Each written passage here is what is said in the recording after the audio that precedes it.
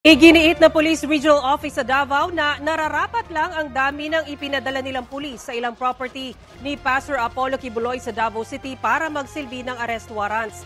Sabi ng PRO 11, kailangan ang maraming pulis dahil malawak ang mga pinuntahan nilang property at 6 ang pinapaaresto ng korte. Nilinaw rin ng pulisya na 6 lang na Kingdom of Jesus Christ members ang inaresto nila sa Glory Mountain. Taliwas sa sinabi ng KOJC na 9 ang inaresto. Sabi ng pulisya, may nirescue rin daw sila na 2 menor de edad sa nasabing property.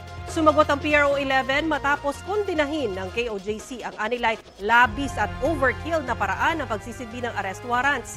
Nanawagan din si Vice President Sara Duterte ng maayos at makataong pagpapatupad ng batas at para sa bise, magulo ang pagsisilbi ng arrest warrant kay Kibuloy na sanhi raw ng questionableng pagpapakita ng labis na puwersa. Una nang kinundinan ni dating Pangulong Rodrigo Duterte na nagsisilbing KOJC Administrator ang aniyay kalabisan sa operasyon ng pulisya.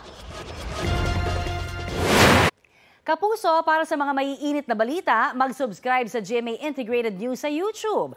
Sa mga kapuso naman abroad, subaybayan nyo kami sa GMA Pinoy TV at sa www.gmanews.tv.